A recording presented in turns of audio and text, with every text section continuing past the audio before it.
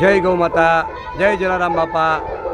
શ્રી સિદ્ધાર્થ ગૌશાળા દ્વારા સંચાલિત જલારામ બાપાનો રોટલો અન્નક્ષેત્ર જે વાંકાનેર ચોકડી કુવાડવા ઉપર આવેલી ઝૂંપડપટ્ટીમાં કાર્યરત હોય તેમાં આજ રોજ કેન્યામાં આવેલ કિસુમોમાં શ્રી જલારામ બાપાના મંદિરના 30મા પાટોત્સવ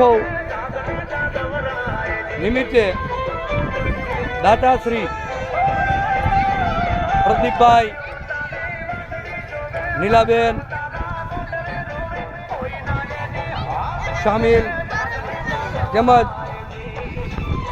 સોનલબેન સેદાણી અને સેદાણી પરિવાર લંડન યુકે તરફથી